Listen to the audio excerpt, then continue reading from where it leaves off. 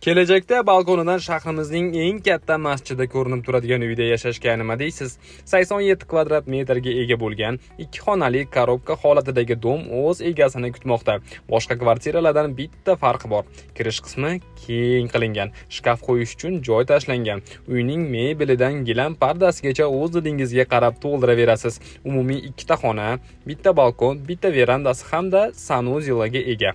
Oshxonaga mebellar o'rnatilgan, pollari laminatlangan, barchasi faqat va faqat siz uchun.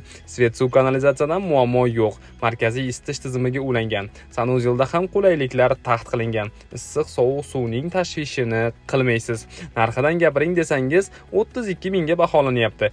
Ekrandagi nomeriga telefon qilaverasiz. Shu uy sizni rizqingiz bo'lsa-ya.